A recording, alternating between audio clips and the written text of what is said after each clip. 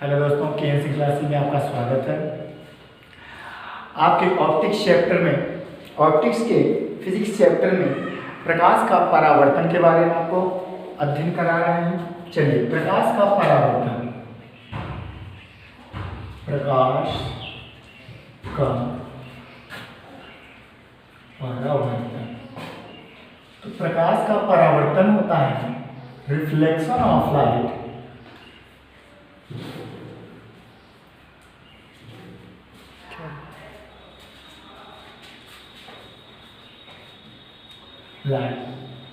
Reflection of light कहते किसे हैं? अर्थात प्रकाश का परावर्तन। जब प्रकाश की किरणें किसी चिकने तल या पालिशदार वस्तु पर पड़ती हैं तो उस सतह से टकराकर पुनः उसी माध्यम में वापस लौट जाती हैं। या कहते हैं जब प्रकाश की किरणें एक माध्यम से दूसरे माध्यम में प्रवेश करती हैं तो पृथक कार्य पृष्ठ से टकराकर पुनः उसी माध्यम में वापस लौट जाती हैं। तो इस घटना को प्रकाश का परावर्तन कहते हैं। जब प्रकाश की किरणें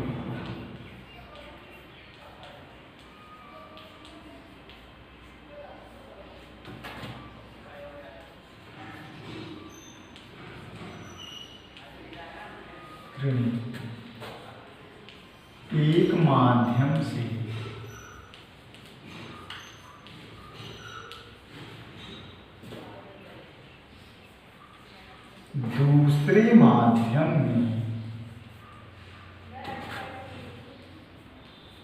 प्रवेश करती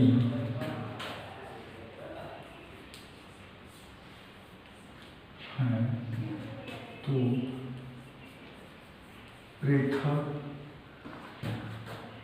पृथक कार्य पृष्ठ से टकरा कर पुनः उसी माध्यम में वापस लौट जाती हैं।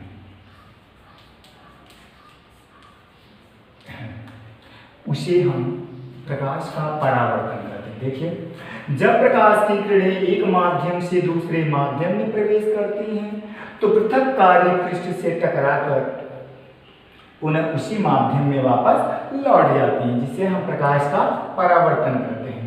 तो डायग्राम के अनुसार अगर हम देखते हैं तो डायग्राम जो हमारा बन रहा है, मान लीजिए हमने एक क्या ले लिया, सरफेस मिरर ले लिया, इसे बोलते हैं पृथककारी पृष्ठ बोलते हैं। क्या बोलते हैं? पृथककारी पृष्ठ या परावर्तक तल। परावर्तक तल। अब इसमें मिरर भी बोल सकते हैं।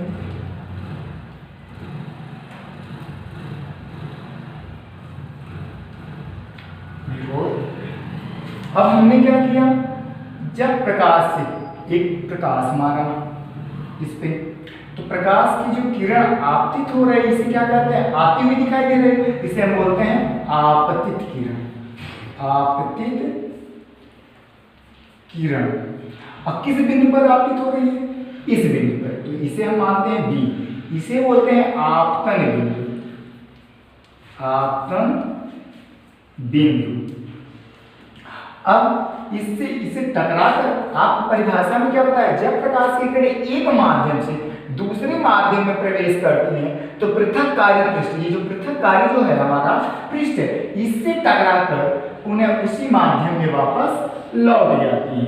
तो इस घटना को क्या कहते हैं? प्रकाश का परावर्तन करते हैं। तो ये हो गया परावर्तित किरण। इसे हम क्या बोलते हैं? परावर्तित किरण। तथा आपतन बिंदु पर खींचा गया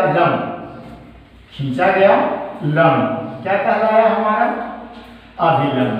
क्या कहलाया? अभिलंब कहलाया। जिसे हम किससे प्रदर्शित करते हैं, यन से, इसे ए, इसे बी, इसे सी। तो यहाँ पे हमारा देखते हैं कि जो बन रहा है आपतित किरण, परावर्तित किरण तथा आपतन बिंदु पर खींचा गया अभिलंब।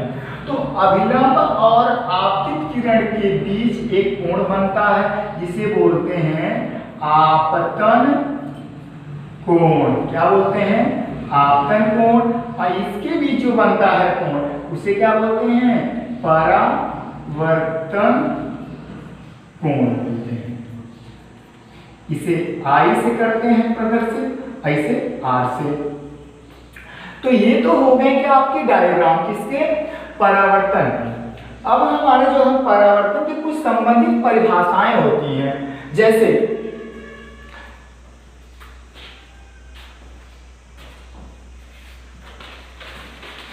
हमारे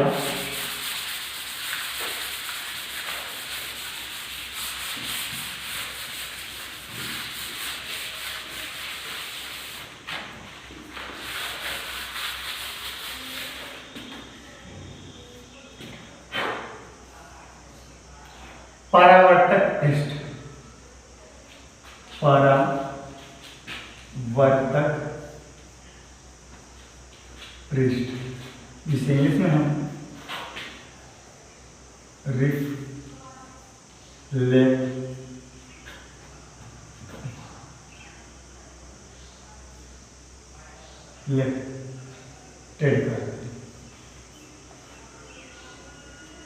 रिफ्लेक्टिंग बोलते हैं, ING लगा दी, रिफ्लेक्टिंग ऑफ सरफेस।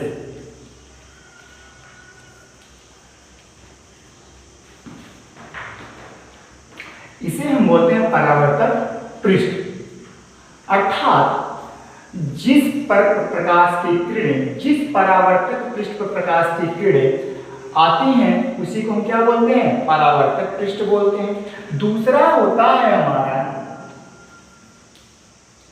आपतित किरण बोलते हैं। तो आपतित किरण को हम बोलते हैं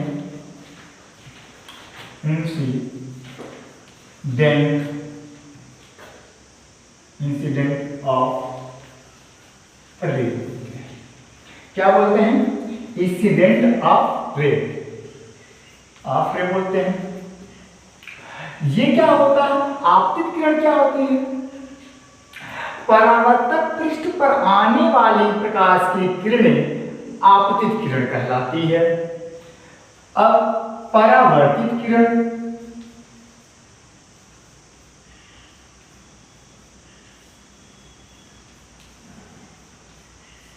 परावर्तित किरण को बोलते हैं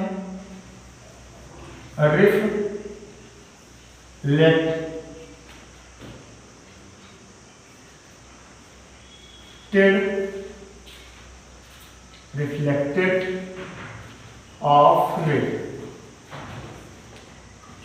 रिफ्लेक्टेड ऑफ क्या होता है, रे। अर्थात परावर्तक पृष्ठ से टकराकर उन्हें जिस माध्यम में प्रकाश की किरणें वापस होती हैं उस किरण को परावर्तित किरण कहते हैं। अब इसके बाद आपतन बिंदु आता है।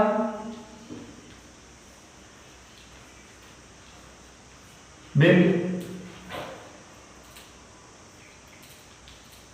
पॉइंट ऑफ इंसिडेंट,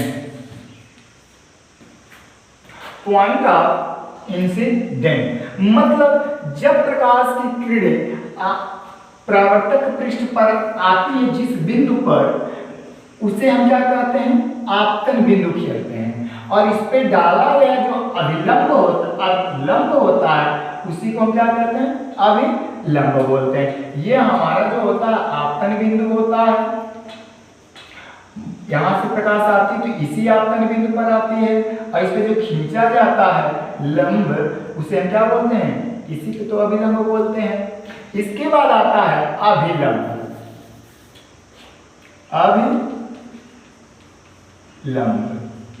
तो अभिलंब को नॉर्मल बोलते हैं,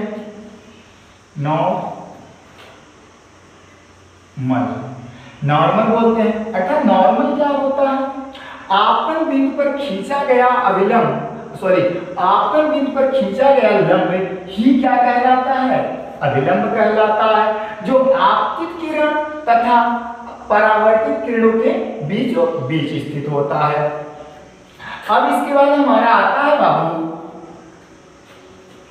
आपतन कोण। आपतन कोण, तो आपतन कोण को क्या बोलते हैं हम लोग?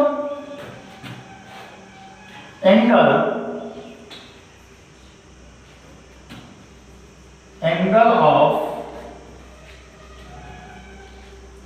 इंसिडेंस, मतलब इसे क्या बोलते हैं? आपतन कोण बोलते हैं। कहता है आपतित किरण तथा अभिलंब के बीच बना कोण आपतन कोण कहलाता है। अर्थात रे के अनुसार, डायग्राम के अनुसार देख लीजिए, यहां से तो आपतित किरण आती है, ये परावर्तित किरण हो जाती है, तो यहां पे डाला गया जो अभिलंब होता है तो इसके बीच जो बना कोण होता है वही कहलाता है आपतन कोण। तो ये हो गया इंसिडेंट रे होता है, और ये होता है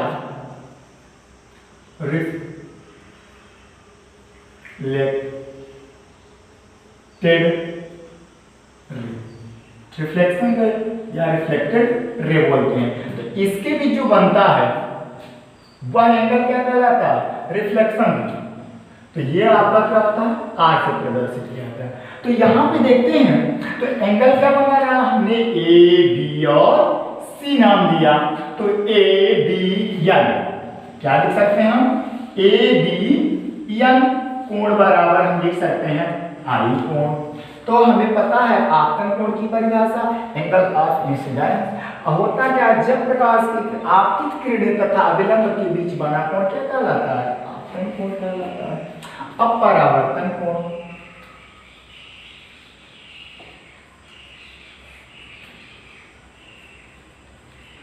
परावर्तन कोण क्या होता है? जिसे हम एंगल ऑफ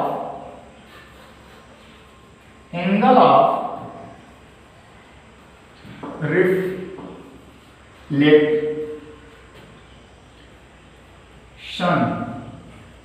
क्या बोलते हैं? रिफ्लेक्शन बोलते हैं, अर्थात परावर्तन कोण। परावर्तन कोण अभिलंब तथा परावर्तित किरणों के बीच बने कोण को, अभिलंब तथा परावर्तित किरणों के बीच बने कोण को हम क्या बोलते हैं? रिफ्लेक्शन। क्या बोलते हैं? एंगल ऑफ रिफ्लेक्शन, अर्थात परावर्तन कोण बोलते हैं। तो इसका एंगल बनता है एन बी, या बोल सकते हैं हम एनबीसी या सी बी एन बोल सकते हैं। तो इसके बराबर होता है रिफ्लेक्शन कोण बोलते हैं।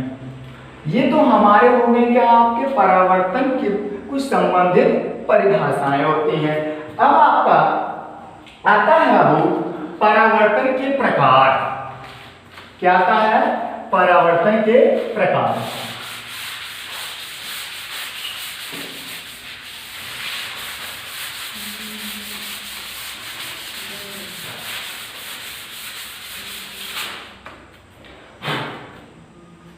तो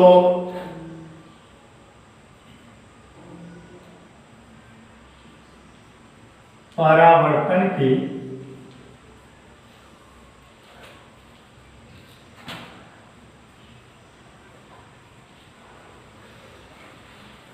प्रकार, अर्थात इस मीनिंग होती है टाइप्स ऑफ रिफ्लेक्शन।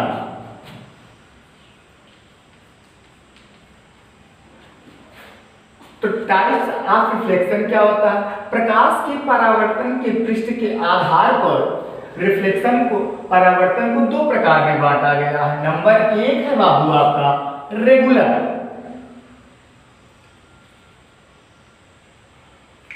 जिसे हम कहते हैं नियमित परावर्तन।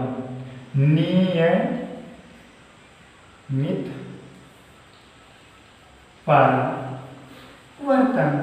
तो पहले तो हमें नियमित परावर्तन और दूसरा क्या होता है, अनियमित परावर्तन। अनियमित परावर्तन, इसे विसरित परावर्तन भी बोलते हैं। क्या बोलते हैं, विसरित परावर्तन, या इसे इंग्लिश में बोलते हैं डिफ्यूज रिफ्लेक्शन, और इसे क्या बोलते हैं, रेगुलर रिफ्लेक्शन बोलते हैं।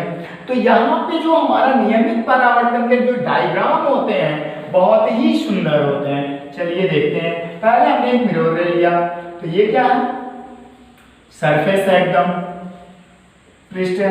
तो अब यहाँ पे हमने जब प्रकाश का परावर्तन होता है किसी समतल पृष्ठ से, जब प्रकाश की किरणों का परावर्तन होता है समतल पृष्ठ से, तो एक दूसरे से वह समांतर होकर निकलती है। देखिए, हमने प्रकाश का ये निकल गया, फिर इधर निकल गया, तो हमारे सभी किरणें क्या हुए, समांतर चल रही हैं।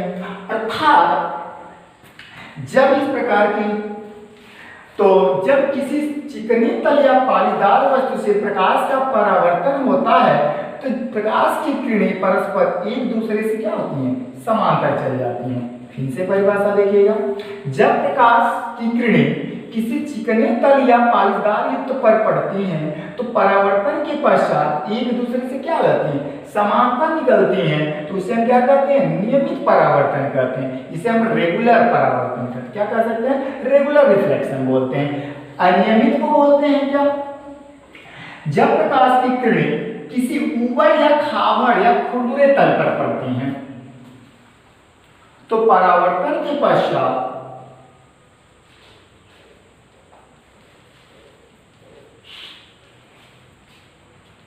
वह एक दूसरे से परस्पर समांतर नहीं हो पाती हैं। जैसे इस प्रकार से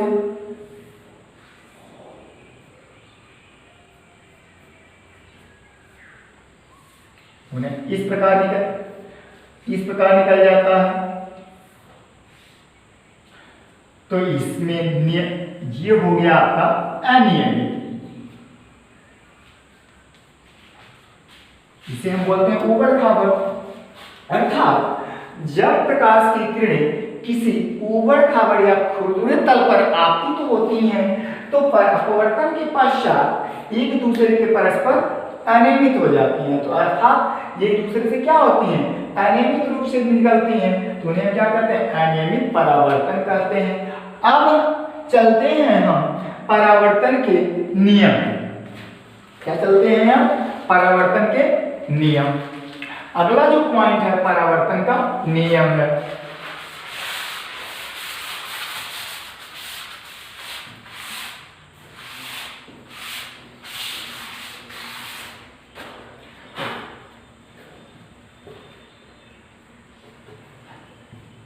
परावर्तन के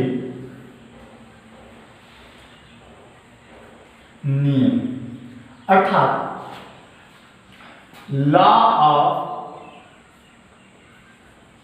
रिफ्लेक्शन ऑफ लॉ,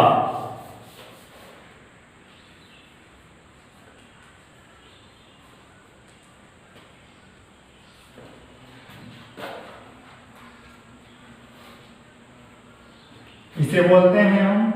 तो परावर्तन के नियम क्या होते हैं, परावर्तन के जो नियम होते हैं यह मुख्यतः दो प्रकार के होते हैं, एक फर्स्ट लॉ होता है, एक क्या होता है, सेकेंड लॉ होता है।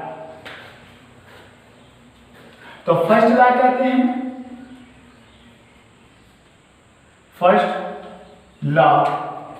दूसरा होता है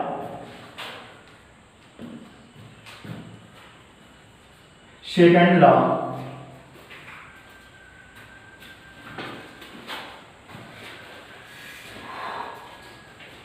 फर्स्ट होता है, फर्स्ट लॉ कहते हैं क्या, जब प्रकाश की किरण आपतित किरण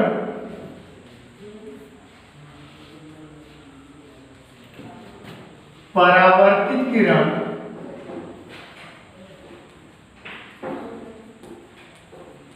किरण तथा आपतन बिंदु पर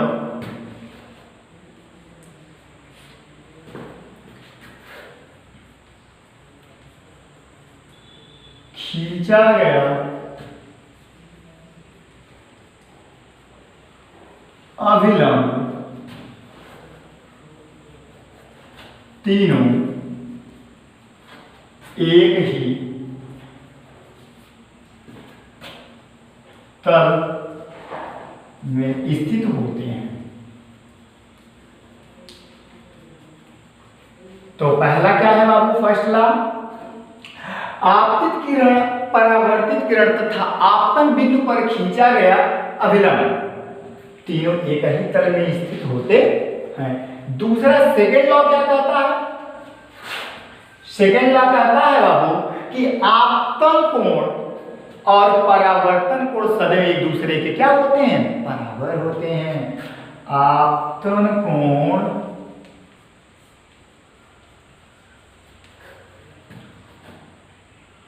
तथा परावर्तन कोण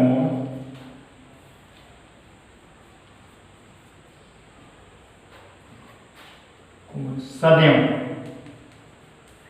एक दूसरे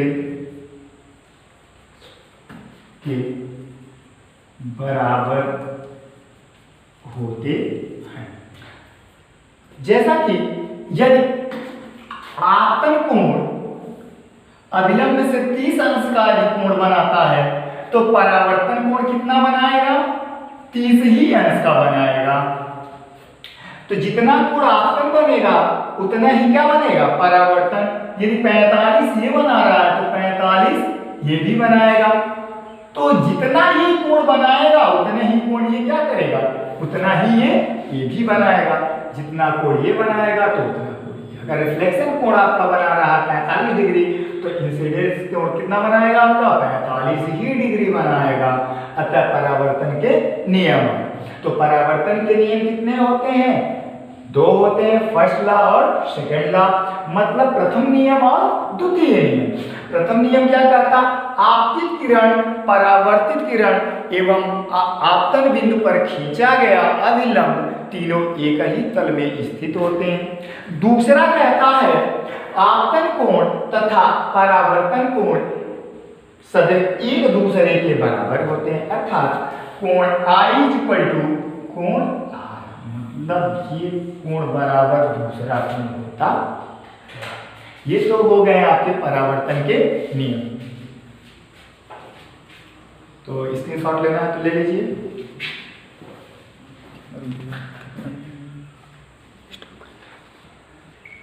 जो अगला पॉइंट है वह अब आया बाबू आपका प्रतिबिंब। प्रतिबिंब है तो प्रतिबिंब को इंग्लिश में बोलते हैं हम इमेज बोलते हैं। इमेज, इमेज क्या होता है, प्रतिबिंब जिसे बोलते हैं, जिसे हमें दिखाई देता है नहीं भी दिखाई देता है। इमेज होता क्या है, जैसा कि हम किसी दर्पण के ठीक सामने जब खड़ा हो जाते हैं तो वह दर्पण में हमारी जो आकृति बनती है, तो उस दर्पण में जो हमारी आकृति बनती है तो हम उसे क्या कहते हैं, अपना प्रतिबिंब कहते हैं। तो आइए चलते हैं प्रतिबिंब के बारे में, क्या होता है, प्रतिबिंब कैसे बनता है। जब वस्तु के किसी बिंदु से प्रकाश की किरणें चलती हैं तो अपवर्तन या परावर्तन के पश्चात जिस बिंदु पर मिलती हैं या मिलती हुई प्रतीत होती हैं तो उस वस्तु का वह प्रतिबिंब कहलाता है। जब वस्तु के किसी बिंदु से प्रकाश की किरणें चलती हैं तो अपवर्तन या परावर्तन के पश्चात जिस बिंदु पर मिलती है या मिलती हुई प्रतीत होती हैं तो उस वस्तु का वह बिंदु प्रतिबिंब कहलाता है। और प्रतिबिंब को हम आई से प्रदर्शित करते हैं, इससे आई से करते हैं। और प्रतिबिंब 2 प्रकार के होते हैं, तो प्रतिबिंब दो प्रकार के होते हैं। प्रतिबिंब दो प्रकार के होते हैं। तो पहले तो प्रतिबिंब जब वस्तु के किसी बिंदु से प्रकाश की किरणें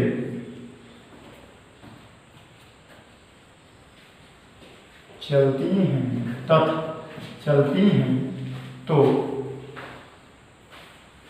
परावर्तन तथा अपवर्तन के पश्चात जिस बिंदु पर मिलती हैं या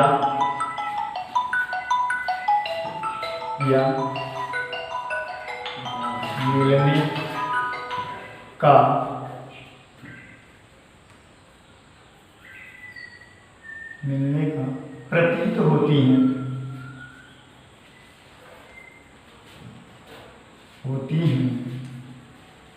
उसे उस वस्तु का प्रतिबिंब कहते हैं। उसे उस वस्तु का क्या कहते हैं? प्रतिबिंब कहते हैं। जैसा कि किसी दर्पण के ठीक सामने यदि कोई वस्तु रख दी जाती है तो वह वस्तु का जो आकृति दर्पण में बनता है, तो वह दर्पण में जो आकृति बनती है वही आकृति उस वस्तु का प्रतिबिंब कहलाती है। क्या कहलाती है? प्रतिबिंब कहलाती है। जैसा कि आप कभी भी किसी दर्पण के सामने जब खड़ा होते हैं तो आप उस दर्पण में क्या आपका आकृति बनती है, और वही आकृति जो बनती है वही आपकी प्रतिबिंब कहलाती है। इसी को कहते हैं हम क्या? इमेज कहते हैं। क्या कहते हैं हम? इमेज कहते हैं।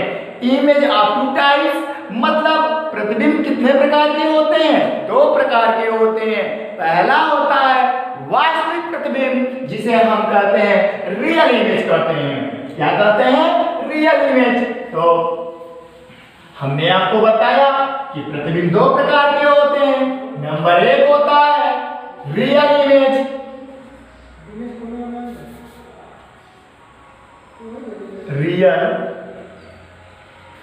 इमेज, और दूसरा होता है वर्चुअल इमेज।